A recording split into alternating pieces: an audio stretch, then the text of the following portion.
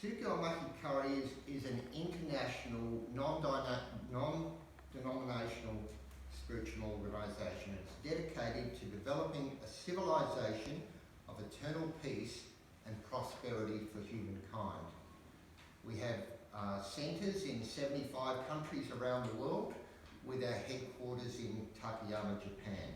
And our current spiritual leader is Ko Okada, and he is presently chairman of the Japanese Interreligious Cooperation, which is like Interfaith, and its mission is to transcend the barriers of religion and religious denominations.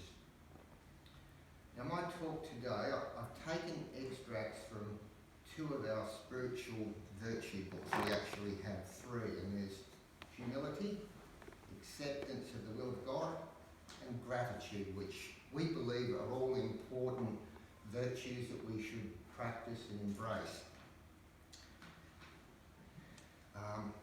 In these extracts, I aim to highlight our spiritual relationship with God and how we are innately spiritual beings, and that through awakening we have important missions to fulfill in creating a heavenly civilization on this earth.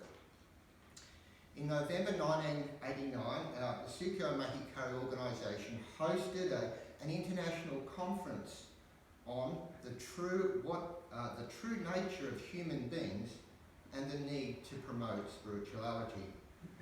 So I'd like to take, and in that, we looked at the spiritual makeup of human beings. And basically, we believe that there's three components. First of all, there's the physical body, and that's visible, so there's no room for doubt of its existence. Second, there is the mind, and that's related to what we call the astral body, and which is made up of invisible cells. The astral body is only partly materialised, and it's likened to an ectoplasm. The third, in the depths of the astral body, we find what we call the spiritual body, and this consists of a collection of spiritual cells, and these ultra-infinitesimal particles, or spiritual cells, exist at a level that's even deeper than the astral cells. Now, modern physics has yet to explore this realm, but from our teachings we know that these spiritual particles definitely exist in the universe. The spiritual body is closely related to what we call the innermost attitude, and this is found in the depths of the mind. And this is where our practice of radiating true light comes into practice. We believe that humankind's progress can be greatly facilitated by focusing on and projecting the light of God, which abounds in the universe. This true light, which is radiated from the palm of the hand, helps human beings purify their souls and elevate their spiritual level. We believe that light purifies the depths of the spiritual body and the innermost attitude. Thus, with the physical body enveloping this astral body and spiritual body, these three bodies are intimately interconnected and commune with each other. A spiritual master explained that the entire universe functions on principles. The law of karma, cause and effect, the principle of graduality or step by step, and importantly, the law of spirit, mind and body. This means that only because of the existence of the spiritual body, which it serves as a spiritual blueprint, that the physical body comes into existence as an exact copy of the spiritual body. However, because we're not able to see God with our physical eyes, we can have difficulty understanding sometimes that there is a God, and some people do. So I'd like to just this quote that I think elucidates well acceptance of the God. If we really observe nature in its marvellous complexity and diversity, we are bound to perceive the hand of God at work. We cannot feel we cannot but feel the great will of the God directing things. Consider a moment the natural elements of rain, wind, snow and storm, the progression of the four seasons and the perfect balance of day and night, as well as the cycle of life and death.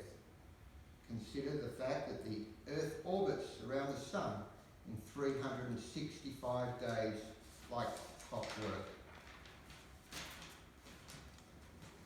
All this should help us to awaken to the fact that nature is ruled and administered as an harmonious whole in accordance with the will of the unseen God who called himself I am that I am. How can anybody doubt the existence of providence? Simply by observing the arrangements manifest in nature, we're able to clearly perceive that there is an invisible cosmic will at work in the universe, and this belongs to the parent God. The teachings go on to describe God in a most eloquent and awe-inspiring way. God is pure energy. The invisible power can be likened to the power of subatomic particles or electromagnetic waves. As it said in the Bible, God is the Alpha and the Omega, not bound by human ideas of large or small. He moves about the heavens in perfect freedom, nurturing the sun and the earth, the mountains, the rivers, plants, with unconditional love. That love is the manifestation of God's heavenly will. Therefore, if we want to live our lives with complete openness to and accepting of the loving will of the parent God, we need to live in accordance with the laws of God and not be at cross purposes with each other. Rather, he wants human beings to join hands with him and work together with him to promote the eternal prosperity of heaven and earth. Now, Sukyo Mahikari strives to achieve this aim by offering fervent prayers, following them up with an earnest practice, and then praying back to God, reporting back. Practicing gratitude for all the blessings and arrangements that are bestowed on us by the parent God. Practicing humility and uniting with others harmoniously. Eliminating a heart of conflict that can stem from petty ego, envy, jealousy and judgment. Practicing kindness and altruistic love, and protecting our precious environment, which is really crucial at this time. We've taken on initiatives such as in Senegal, the Sukyo Mahikari organisation has been participating in a project of planting a band of trees 3 miles deep and 4,350 miles wide below the widening Sahara Desert, all across the widest part of the continent. The aim of this project, known as the Great Green Wall, is to halt the desertification of the countries that are involved in this region. Also in 2013, in Sao Paulo, Brazil, they announced that Sukyo Mahikari Day for the 27th of February for our efforts that have contributed to the betterment of society over there. And in 2019, the Federative Republic of Brazil designated nationally Sukyo Mahikari Day on the 27th of February. And also this year, with the new shrine that we've set up in Takayama, Japan, we've set in a small-scale hydroelectric power station which provides environmental friendly power to this shrine as well as to the township of Takayama. So we really try to unite with others and the environment to make it a better world. Sukyo Mahikari has also been closely involved in youth education, building primary schools and providing assistance at orphanages. Now I'd just like to conclude with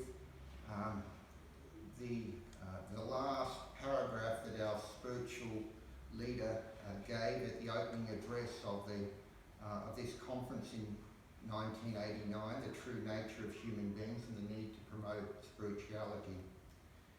When we awaken to the fact that all human beings are by nature children of God, we will realise that we are all brothers and sisters, members of the same family.